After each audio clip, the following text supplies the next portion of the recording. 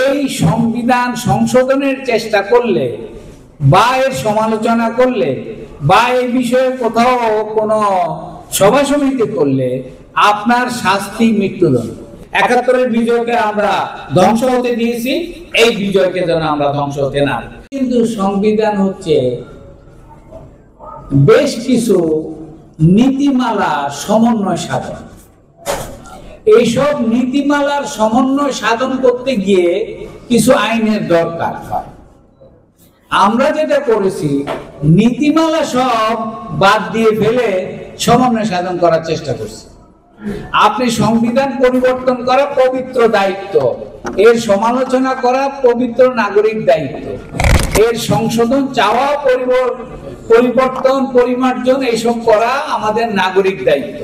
আর আমাদের বর্তমানে যে লিখিত সংবিধান আছে, যেটি আসলে অবৈধ ঘোষিত হয়ে যাওয়ার কথা ছিল, সেটি বলছে যে এই সংবিধান সংশোধনের চেষ্টা করলে বা এর সমালোচনা করলে বা এই বিষয়ে কোথাও কোনো সভা সমিতি করলে আপনার শাস্তি মৃত্যুদণ্ড। তাহলে বুঝতে পারেন আসলে এটা কোনো সংবিধান না। তো যেই সংবিধানটি সংবিধান না, সেইটা আপনি এখন নতুন করে কি কাটাছেড়া করবেন? কাজে প্রথমে সিদ্ধান্তে আসতে হবে এই সংবিধান দিয়ে কোনো কাজ হবে না, নতুন সংবিধান লাগবে। এবং এই কথাগুলি আমি আপনাকে যখন বলতেছি, এই কথাগুলো আমি একটা জায়গায় বলতে চেয়েছিলাম আজ থেকে 10-12 বছর আগে। আমাকে সরাসরি বলা হলো যে এসব কথা আপনি বলবেন না, তার কারণ এটা, এই কথা বলার শাস্তি হচ্ছে মৃত্যুদণ্ড। আমার বলতে দ্বিধা নাই।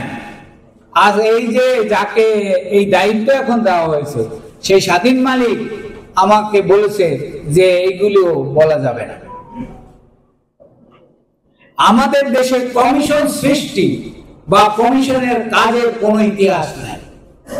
এই পর্যন্ত পাকিস্তান আমল থেকে কোন কমিশন কোনোভাবে তাদের অর্জিত যে লক্ষ্য তাদের সামনে দেওয়া হয়েছিল তারা অর্জন করতে পারেনি। তার সব থেকে বড় প্রমাণ একটার পর একটা শিক্ষা কমিশন। কাজে কমিশনের উপর খুব ভরসা করে আমাদের কিছু হবে না। আমাদের যেটা করা দরকার, আমার বিজ্ঞ এখানে যিনি উপস্থাপন করেছেন, তিনি একটা কথা সুন্দর বলেছেন যে দেরি না করে আমাদের সংবিধান প্রণয়নের জন্য একটা গণপরিষদ তৈরির ব্যবস্থা করা। এইটা যদি আমরা করতে পারি তাহলে জাতি বেঁচে যাবে। আর যদি এটা করতে না পারি, আমি আজকে আপনাদেরকে সাক্ষী রেখে বলে গেলাম, আমরা এমন এক পরিস্থিতির সম্মুখীন হব যা কখনো আমরা পূর্বে কল্পনা করিনি। কারণ বর্তমানে যে সরকার, অন্তর্বর্তীকালীন সরকার চলছে, এটা আসলে কতখানি বৈধ আর কতখানি বৈধ না, এই প্রশ্ন সাংবিধানিকভাবে, আইনগতভাবে থেকে গেছে। তবে একটা ভালো কাজ হয়েছে যে সংসদের স্পিকার পদত্যাগ করেছে। এখন আরেকটু ভালো কাজ হবে যদি আমাদের এই স্বৈরাচারী এবং ফ্যাসিস্ট গভর্নমেন্টে রেখে যাওয়া রাষ্ট্রপতি চুপ্পু সাহেবকে আমরা যথাযথভাবে তো বিদায় দিতে পারবো না। যথাযথভাবে বিদায় দিলে ওনার বিচার করতে হবে, এমনকি ফাঁসি হইতে পারে। এবং ওনাদের আইনি ফাঁসি হইতে পারে। আর আরেকটা ব্যাপার লক্ষ্য করবেন, যে ট্রাইব্যুনালটি করা হয়েছে সেই ট্রাইব্যুনালের বিচার হচ্ছে সেই আগের কুখ্যাত আইন দ্বারা। এটা দেশের জন্য অসুবিধা। আমি জানি না কি আইনের বুদ্ধিতে এসব করা হচ্ছে।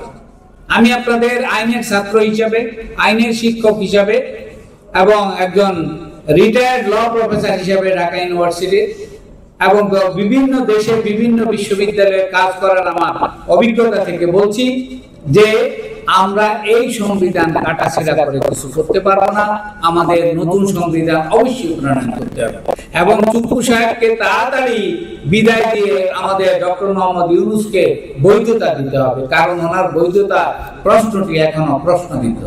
এই প্রশ্নবিদ্ধ অবস্থাতে উনি যা করতেছেন এটা বিশাল করতে অনেক কিছু করতেছেন, কারণ উনি ব্যক্তি হিসাবে আমাদের সকলের চাইতে অনেক অনেক করতে। আমি আবারও বলতেছি, আমি কোন কমিশনের কাছ থেকে কোনো ভালো কিছু আশা করি না। এর কারণ ইতিহাসের শিক্ষা। কারণ আমাদের দেশে বা পাকিস্তানে, এমনকি ইন্ডিয়াতে পর্যন্ত, ইন্ডিয়াতে কিছু কিছু ফল তারা পেয়েছে। কোন কমিশন, এইসব কমিশন কি করে? এইসব কমিশন মিটিং করে। এইসব কমিশন কি করে? এইসব কমিশন আলোচনা করে। এইসব কমিশন কি করে? একবার কাটে, আবার লেখে, আবার কাটে। একই জিনিস 30 বার করে লেখে, 30 বার করে কাটে। এই কমিশন দিয়ে কিছু হবে না। আমরা প্র্যাকটিক্যালি জরুরি অবস্থার মধ্যে আছি। এত রক্ত আমরা দিয়েছি। আমার ছাত্রদের আমি সরাসরি চিনি, এমন সব ছাত্রদের রক্তের উপর দাঁড়িয়ে আছি আমরা। এবং এইখান থেকে আরো 20,000-এর ইয়া পাওয়া গেছে, 20,000 ছাত্রছাত্রী যুবক জনতা লিস্ট পাওয়া গেছে, যারা আংশিকভাবে অথবা পরিপূর্ণভাবে বিকলাঙ্গত্ব স্বীকার করেছে। এদের পর্যন্ত কোনো ব্যবস্থা হয় না। এখন পর্যন্ত সবাই আমরা লিপ সার্ভিস দিচ্ছি। এদের সঠিক ব্যবস্থার জন্য যা করা দরকার তার কিছুই 10%-এর 1% হয়। এখন ভবিষ্যতে দেখেন, এখনই সমন্বয়করা বিভিন্ন জায়গায় মিটিং করতে পারে না। আপনারা খুব ভালো করে খেয়াল করবেন, গতকালকেই সমন্বয়করা বিভিন্ন জায়গায় মিটিং করতে পারে না। দেশ কিন্তু কঠিন বিপদের দিকে অগ্রসর হচ্ছে।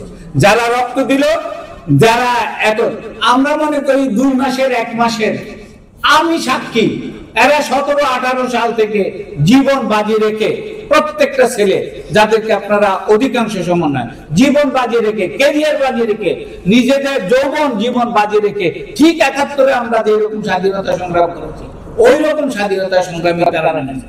আল্লাহকে সাক্ষী রেখে ওরা নেমেছিল, আল্লাহ ওদের বিজয় দিয়েছে। 71-এর বিজয়কে আমরা ধ্বংস হতে দিয়েছি, এই বিজয়কে যেন আমরা ধ্বংস হতে না দিই।